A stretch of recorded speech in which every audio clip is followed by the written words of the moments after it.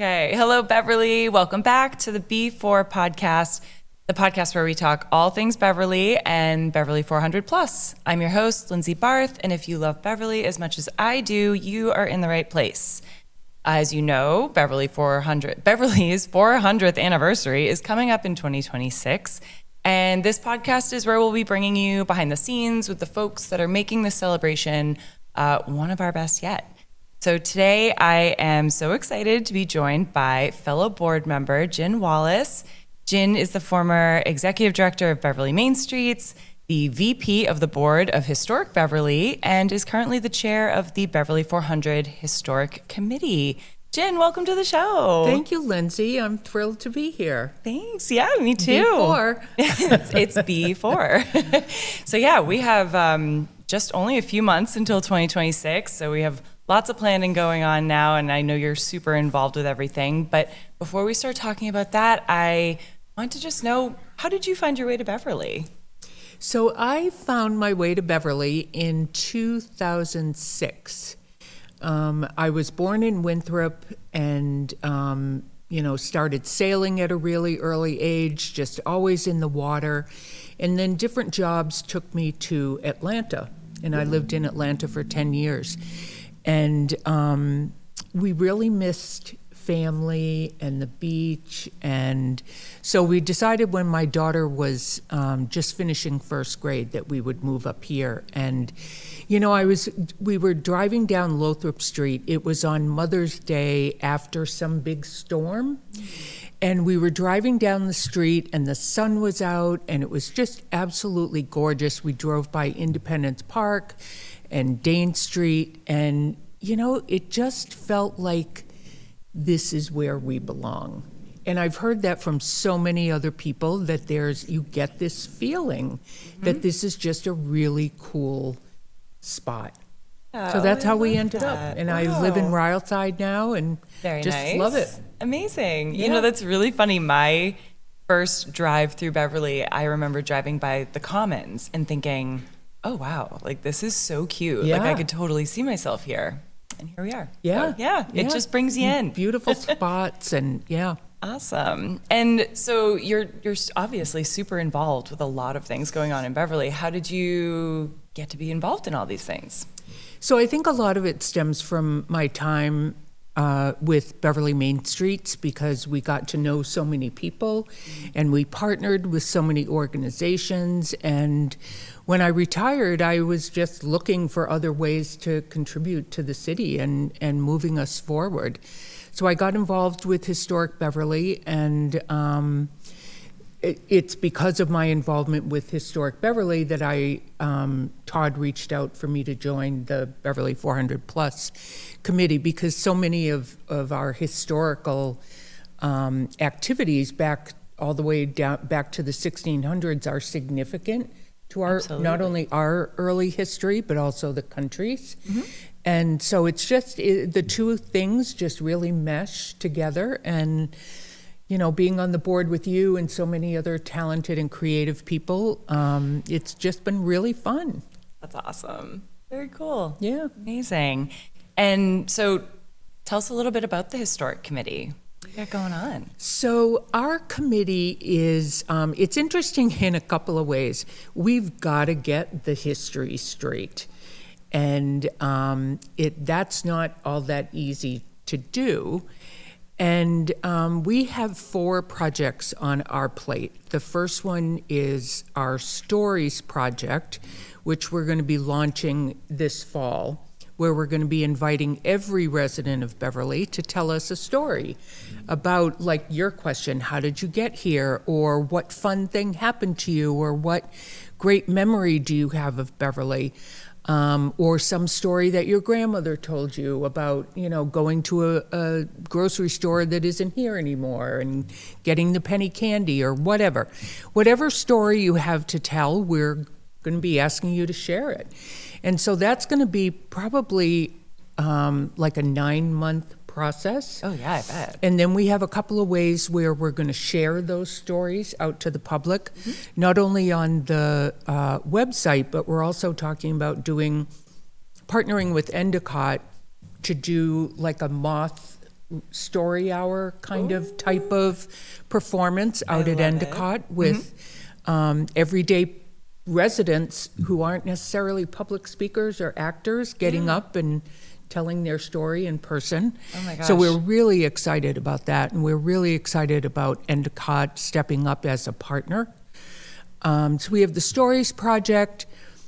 We're going to do something really fun in October of 2026, and that's going to be a reenactment of the Hannah and the Nautilus. And the Hannah is really well known through history folks or by history folks as being the first armed vessel that went to sea as part of the Continental Army. And a couple of months after it was launched, there was a British ship called the Nautilus that started coming into Beverly Harbor to steal our supplies. Oh. And the Hannah, which is about a third the size of the British ship, kind of sailed out into the harbor to meet them and try and keep them from coming into the harbor. And then the tide started going out, and the folks who were on the Hannah really understood the unique tides in Beverly Harbor, and they were able to take shelter using those tides and using those spaces. A home court advantage. Exactly. And the Nautilus knew nothing about that, and they ended up going aground. Oh, and so I did not know that. Yeah, this little Hannah ship that was about a third of the size of the Nautilus turned them away. And as soon as the tides came up, the Nautilus left the harbor, and Beverly and Salem were saved. Oh my God. Basically. So it's a really cool story. It's never been reenacted.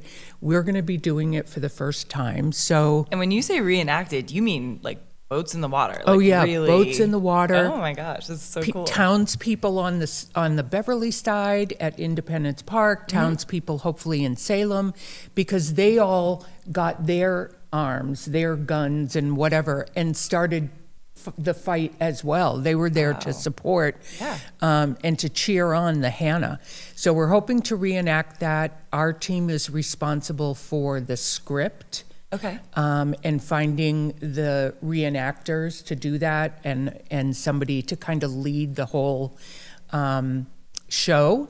And so we'll be taping that so that people who can't make it on that day will be able to come. So we do that script. And then we have the Independence Park project, which is two different pieces. As you know, we spoke on the board that when all the fun and games and the celebrations are gone, what has Beverly 400 Plus left the city? And we know that some of the new events that we're doing might be carried on by another committee after we disband in 2027.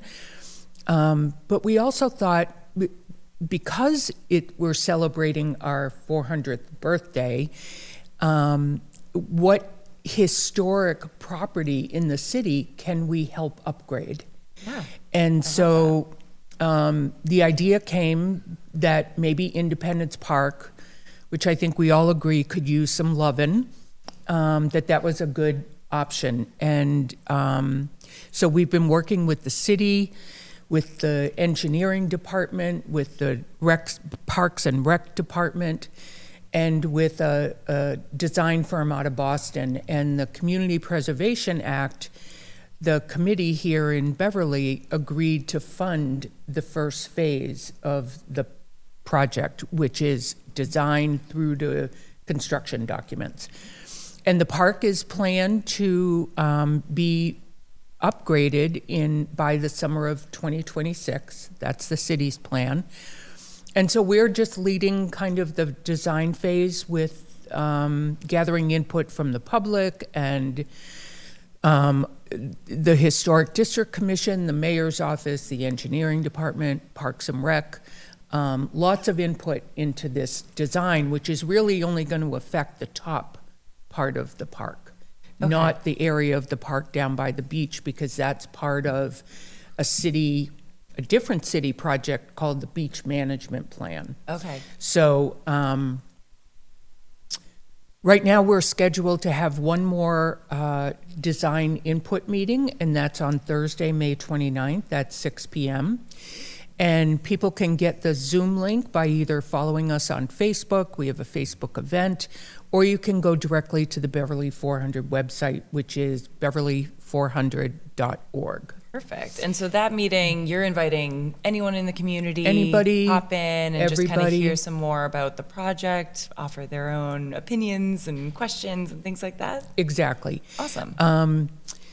The other thing that is related to the park project, our fourth project, is to come up with signage, because we had two goals for upgrading Independence Park. One is to make the whole thing ADA accessible, which it's not currently. Right. So yeah, people listening, I mean, we all know Independence Park is gorgeous, but it is a hill. It's very Right. steep. So it starts Right. at the top and kind of goes all the way down to the Exactly. water. So there's not, that path that's lovely is really, the grade is quite steep if you're going up and down. And if you were in a wheelchair or sort of a walker, that would be challenging. Absolutely. Yeah. There is, that main path actually is one of the things that's not ADA accessible. Mm-hmm. Probably a third of it on the Central Street side is not to grade. It's Okay. too steep Yeah, as it yeah. is.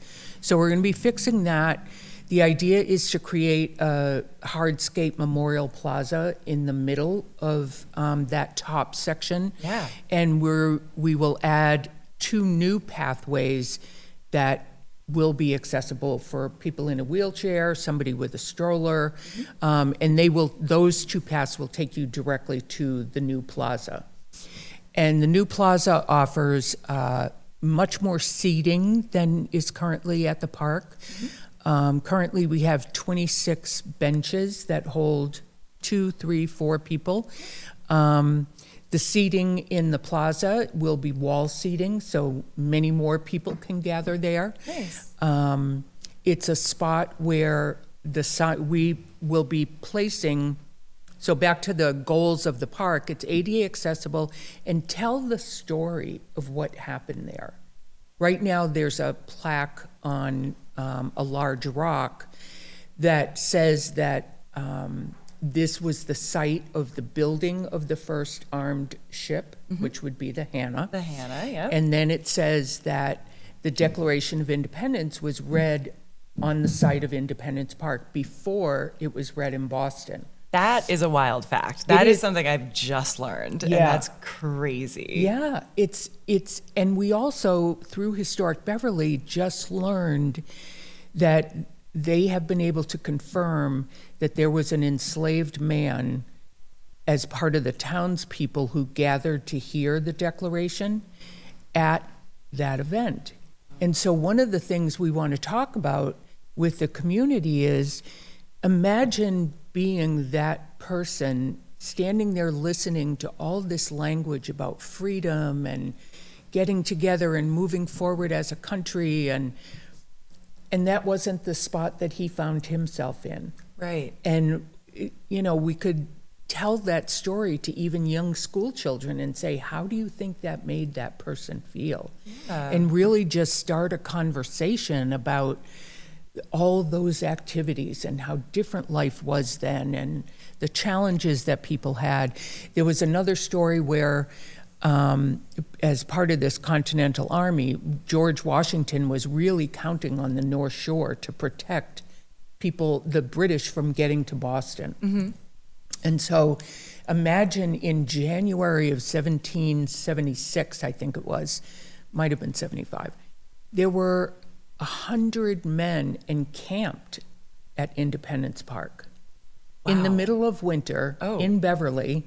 Whoa. Yeah, I mean, and you can just picture in your mind, like, what were they sleeping in? Was there actually a tent? Did they have sleeping bed? We don't know any of those things because there aren't photos of that. But it just really gets you thinking about how important Independence Park is, especially to our early history. Absolutely. So telling those stories is the fourth project that our committee is working on, and trying to figure out the content and the context and all that kind of stuff. So we'll be the first park to have new historic interpretive signage. Okay, nice. So we'll kind of be the model for the design and the style of the signs and all that kind of stuff. So it's really going to be an exciting gift to the city, I think. Our team has been going there different days of the week, different times of the day to see how people interact with the park. And interesting. Okay.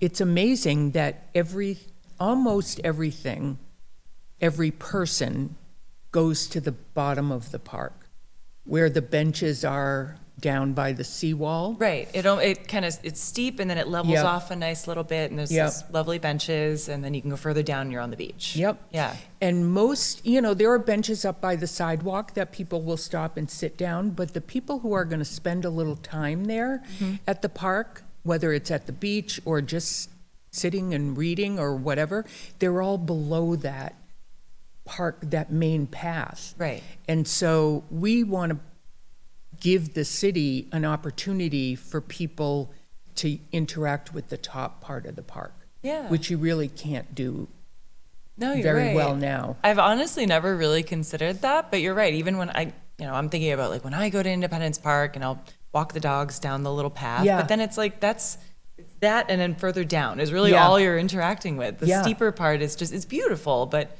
there's not It's much too to. steep. Yeah, exactly. Yeah, and so we're going to make it, we're going to be grading it, we're going to be adding a set of stairs, widening the stairs, making them more safe. All the memorial benches they'll likely be replaced, but those memorial plaques will go on to the new ones. Oh, great. So yeah, it's been an exciting project, and the first phase is scheduled to be done at the end of the summer. Wow. So then it becomes a construction project for Okay. the city. Awesome. And how long do you have estimates on how long it'll take? So the engineering department is saying mid-26. Okay. So they're hoping to be able to, when we hand them the bid documents at the end of the summer, they'll put it out to bid, hire a contractor, and hopefully get a good amount of the work done in the fall. It's all weather dependent, but that's their plan. And then to finish it off in spring. So great. And Yeah. I attended the first sort of community meeting to learn more. And it was so great to kind of see the plans and the design. So I encourage anyone who is listening to definitely tune in for your second meeting. Yeah. It's just so cool to see the designs and how thoughtful everyone has been in planning this. And actually the pavilion, the most exciting part for me when I was looking at the pavilion design was the pergola Yeah. and like the gorge. I mean, that's gonna be so pretty. It's going to be pretty. It adds some shade. Yeah, With seating underneath it. There's not a lot of shade at the park.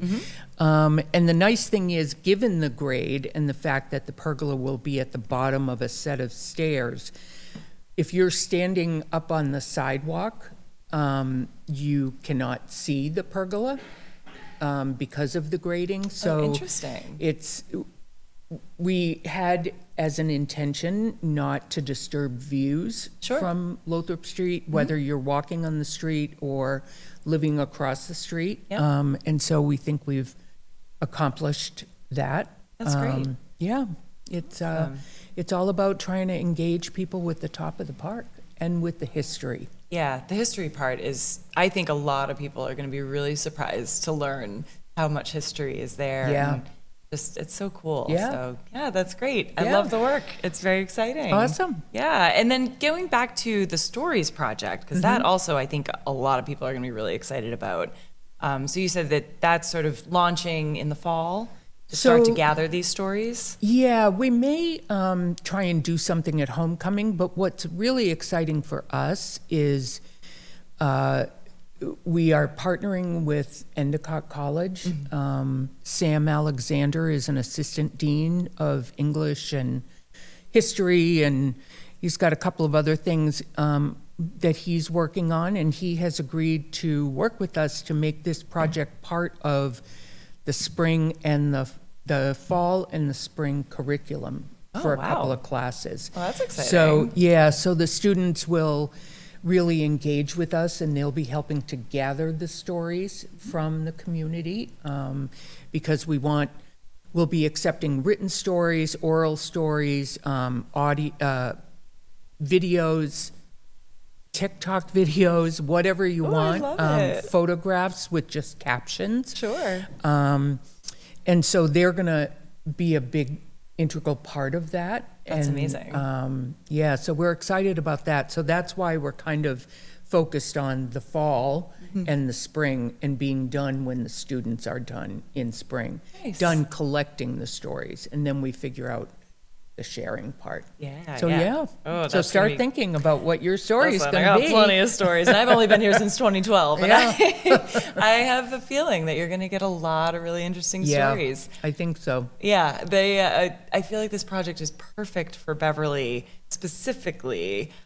I don't think I've ever lived in a town where I've met so many characters with so many interesting tales to tell. Yeah, So I think you're yeah. going to get some good ones. I think so too. Yeah, Awesome. I'm excited about and it. the concept of the sort of live, like moth-esque show of Yeah. this too, I think will be such a hit. Yeah, I think that'll be fun. That's great. Yeah. Awesome. Oh, I love it.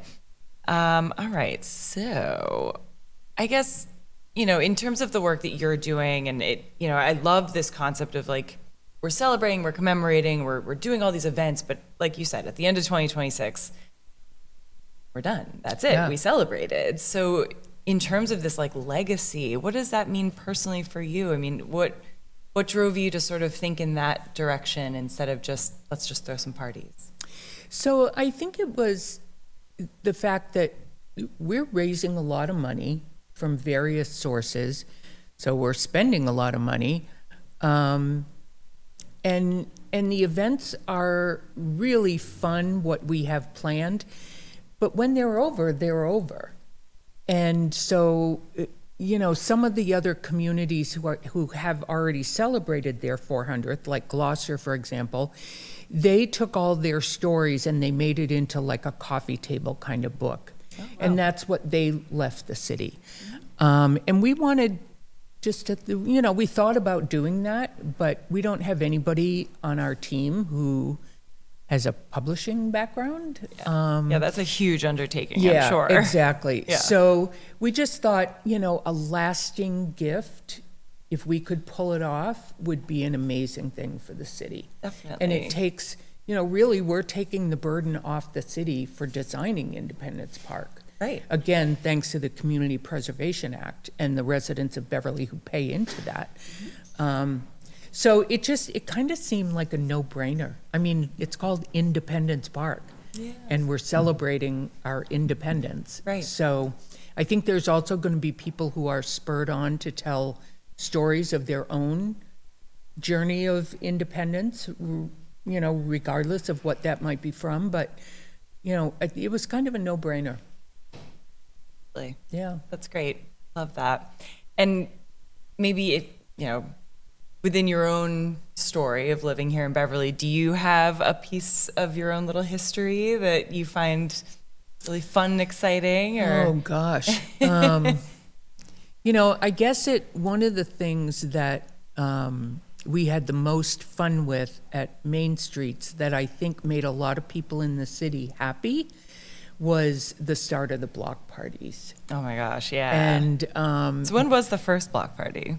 I believe it was 2013. Gosh, And yeah, okay. we had one block of Cabot Street, and we had to have a corral that could only hold 100 people. Oh, wow. And so it had to be fenced off if you wanted a beer, and because the city had never done anything like this. And we Yeah. were well known as a great organizer of events like Arts Fest and Trick or Treat, the downtown Trick or Treat and Beverly's New Year.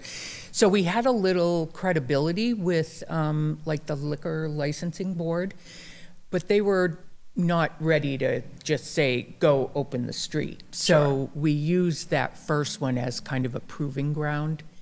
And we ended up having 2 parties a year for as long as I was there, and I think they're still doing them. And it's music and drinking and street food.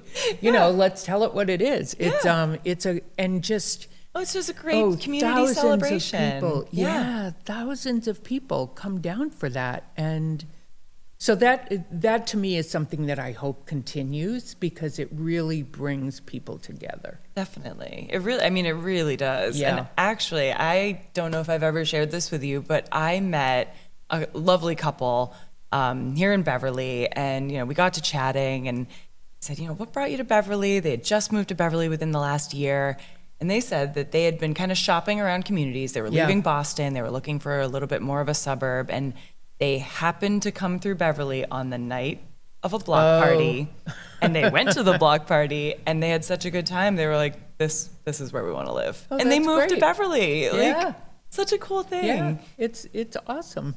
Yeah, it really is fun. I'm very excited to get into the block parties this year. Yeah, they just continue on. They're just awesome. So very nice. Well, thank you for starting those, Gin. Oh well, it was actually Mayor Scanlon's idea. Yes, he had been to a block party up in Gloucester, where they shut down Main Street, and their format was quite different from the one we ended up landing on. But it was his idea. He's like, "Can you help make this happen?" Well, you made it happen. And so kudos to Mayor Scanlon. That's amazing. Yeah. Very cool. All right. Well, my last question, kind of open-ended. You can take it wherever you want. But do you have a favorite Beverly trivia or lore or just something quirky that you just love about this city? Oh, gosh. Having worked so long in the downtown, I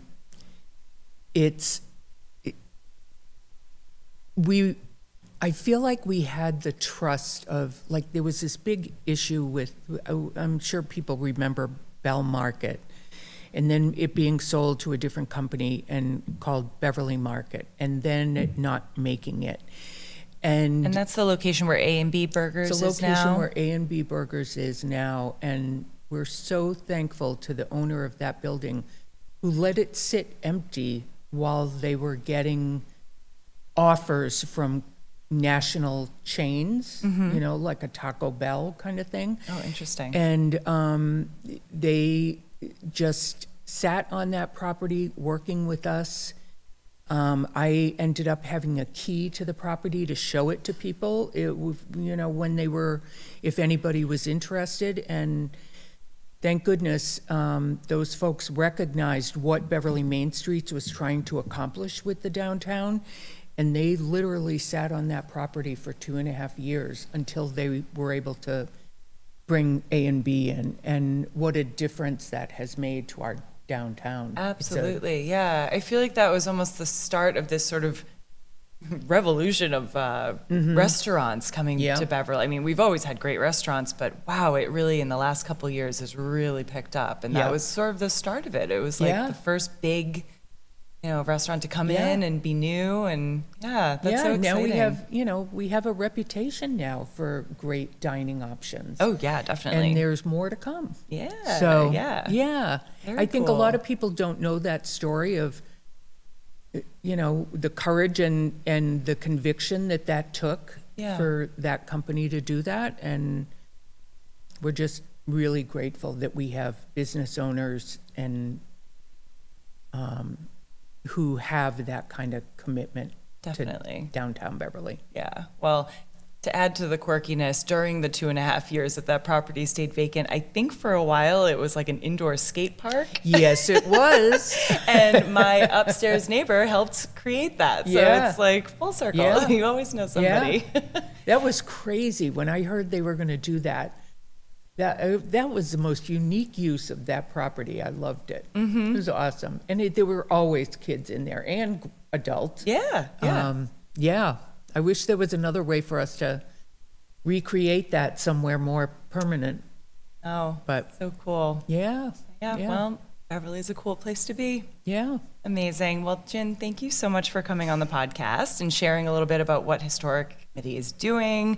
It sounds like you have a lot of work going on, some great people helping you out. So thank you. Yeah, it's a great team of passionate people who either live around the park or have a passion for history, and It's just been really fun working on this 400 plus project.